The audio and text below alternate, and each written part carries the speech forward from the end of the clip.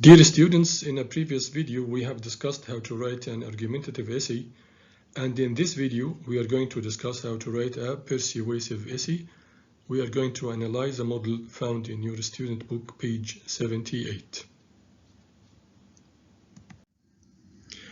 So here we will analyze and learn how to write a perfect persuasive essay, and we will start with the introduction, how to make your introduction interesting and capture the interest of the reader to read your essay. In order to do this, you need some lead-in techniques. Okay, the first of which is to address the reader directly with a question and let him think about it, like this one. What would you choose to live without, your computer or your mobile phone? Okay, you can use a quotation or opinion of an expert, like this quotation. Education is not preparation for life. Education is life itself. And do not forget to write your quotation between inverted commas or quotation marks. Okay, and the person you are quoting, followed by a comma, his nationality and his title. This is John Dewey, by the way, okay?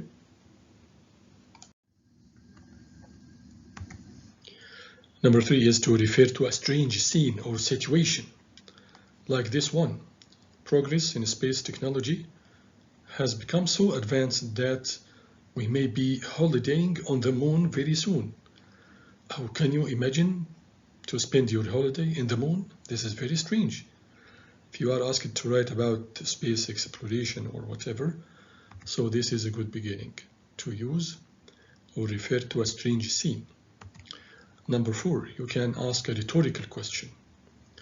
Can you imagine a future without schools or universities? Last but not least, you can present a problem that needs solution, problem like deforestation, for example. The forests of the world are shrinking at an alarming rate.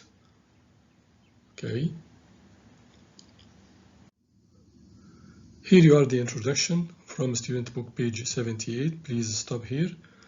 Take your time to read the introduction and the questions, and let's discuss what lead-in technique did the writer use in this introduction. It's very clear and very easy. A quotation, that's right. So we should choose a good lead-in technique to use in our introduction. The second thing to do in the introduction is, what do you say? Do you state our opinion in the introduction? Sure. Our opinion should be very clear in the introduction. Here is the opinion of the writer. The elderly or the old people should not spend their later years away from their families. What do you think about this form? Should not. Is it a full form or a contracted form? It's a full form. Should we write full forms? Yes. Why? Because full forms are one of the features of formal style of writing. Your style of writing should be formal, which means you can use the passive voice, reported speech. You can use formal linkers. Instead of using but, you can use however or nevertheless. You can use complex sentences, but please avoid, do not use abbreviations like info instead of information. Don't write colloquial expressions like I'm gonna write about so and so. And do not use social media acronyms. You understand?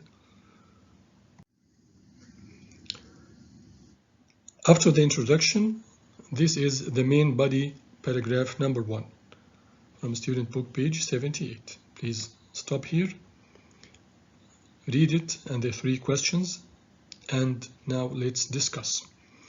How many paragraphs do we write in the main body? We have finished about the introduction. Now, how many main body paragraphs do we write? Indeed, we write 3. Second question. How can we write a well-developed paragraph? A well-written paragraph. What does it consist of? What do we call this? And this part. And the following one. Exactly. This is a linker, and this is a topic sentence followed by supporting sentences. What can I write in supporting sentences? and I can write examples or justifications or cause and effect. Here is an effect as a result. Okay, I can use consequently. I can clarify the main idea. I can give reasons, etc. Okay, let's continue. We will do the same with the main body paragraph number 2.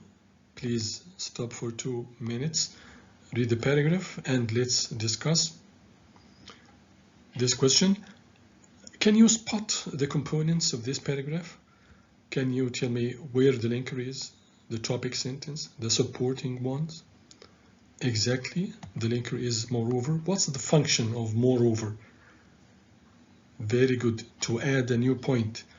And here you are, the topic sentence, and then what follows are the supporting sentences. What other linkers can you use in your essays? Instead of using moreover to add a point, instead of using for example or for instance, what else can I use? What else can I use to show results instead of naturally? Exactly, to add a new point, I can use furthermore, in addition, what's more, and to give examples, for example, for instance, in particular, and to show the result or the effects, I can use as a result, consequently, or naturally. The very same with the last of the main body paragraphs. Please stop here and read the paragraph, and let's discuss what are the alternatives of using finally. What else can I use? Exactly, I can say lastly, I can say last but not least. And how did the writer write or develop his paragraph? I'm sure you have known by heart the structure of a perfect paragraph. Linker, topic sentence, examples, cause and effect, cause and result, whatever. Okay, this is new right here. What techniques can we use to be more persuasive? To convince your reader, to persuade him. What can I use to be more persuasive? I can use facts. I can support my ideas with statistics, with research findings, or I can use emotive language. Okay. As for the conclusion, here you are the conclusion. Please stop here and think of these 2 questions. Okay, let's take the feedback. Give alternatives to in conclusion, this linker. What else can I use? I can say all things considered or all in all. Now the question is, what is common between the introduction, here you are, part of the introduction, and the conclusion? Is there anything in common between them? You've read before, in my opinion, the elderly should not spend their later years away from their families. Okay, in this part.